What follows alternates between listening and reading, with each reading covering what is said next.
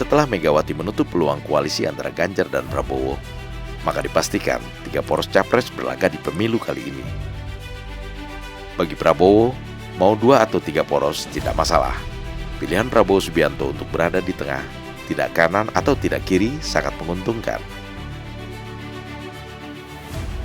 Yusril Iza Mahendra, politisi senior dan juga Ketua Umum Partai Bulan Bintang, dalam satu wawancara mengemukakan Prabowo akan mendapat limpahan suara baik dari poros Anies maupun Ganjar. Kalau saya analisis dari segi kepentingannya Pak Prabowo, 2 pasangan maupun 3 pasangan dia tetap berada pada posisi yang diuntungkan. Ya, karena kalau kita melihat formasi bangsa kita ini antara kelompok Islam dan kelompok nasionalis begitu, pada pilihan kalau ada tiga pasangan, berarti siapa yang kalah? Dugaan saya mesti Pak Anies itu akan tersingkir pada pemilihan pertama. Minta maaf nih, dugaan saya begitu. Tinggal Pak Prabowo melawan Pak Ganjar dan pasangannya. Lalu pendukung Anies yang berbasis Islam ini akan lari kemana? Saya kira akan lari ke Prabowo daripada lari ke Ganjar. Kalaupun dari awal misalnya ternyata yang menang misalnya Prabowo lawan Anies, masuk ke putaran kedua. Nah, lalu yang nasionalis dan yang merah-merah ini, yang di belakang Ganjar akan dukung siapa? Nggak mungkin dia dukung Anies, pasti dia akan dukung Prabowo. Apalagi kalau 2 pasangan yang hanya maju adalah Prabowo melawan Ganjar, hanya 2 pasangan, artinya Anies dan Caimin gagal. Pengikut Anies dan Caimin ini akan lari kemana? Lebih besar lagi ke Prabowo. Jadi semakin mau 3 atau mau 2 pasangan, Pak Prabowo tetap pada posisi yang diuntungkan sebenarnya.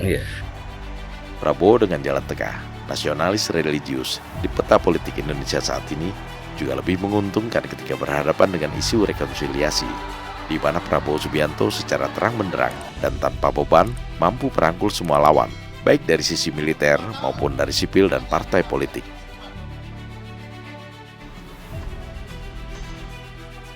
Litbang Kompas mengungkapkan, ada 3 kategori konsep kepemimpinan saat ini yang dianggap dapat menggantikan Jokowi, yakni kontinuitas, komplementasi, dan rekonsiliasi. Prabowo masuk ke dalam 3 kategori itu. Kontinuitas program-program Jokowi selalu diucapkan Prabowo sebagai bagian dari visi misinya. Komplementasi atau menambahkan hal-hal baru untuk menjawab tantangan zaman juga tak pernah luput dari setiap pidato Prabowo.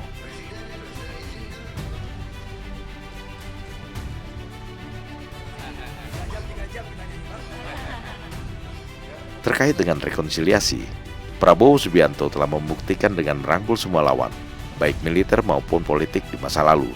Ditambah lagi, slogan Prabowo adalah merangkul bukan memukul. Prabowo juga sudah membuktikan bahwa ia tidak mau diadu domba. Itu dibuktikan ketika menerima bergabung dengan Jokowi menjadi Menteri Pertahanan. Karena dari dulu saya memahami sejarah bangsa Indonesia. Dari dulu kita selalu diadu domba. Dan waktu tahun 2019 Pak Jokowi tergerak hatinya dan saya tergerak hatinya. Kita tidak mau diadu domba karena Pak Jokowi itu orang Indonesia. Hati saya, insting saya mengatakan Pak Jokowi waktu itu orang merah putih, cinta Indonesia, cinta rakyat. Kenapa saya harus diadu domba dengan orang yang sama-sama cinta Indonesia dan cinta rakyat Indonesia? Saya tidak mau diadu domba. Begitu beliau ajak saya katakan ya, saya bergabung. Dan kita bersatu. Dan Indonesia tenang. Dan Indonesia kuat. Dan Indonesia tidak mau diadu domba lagi.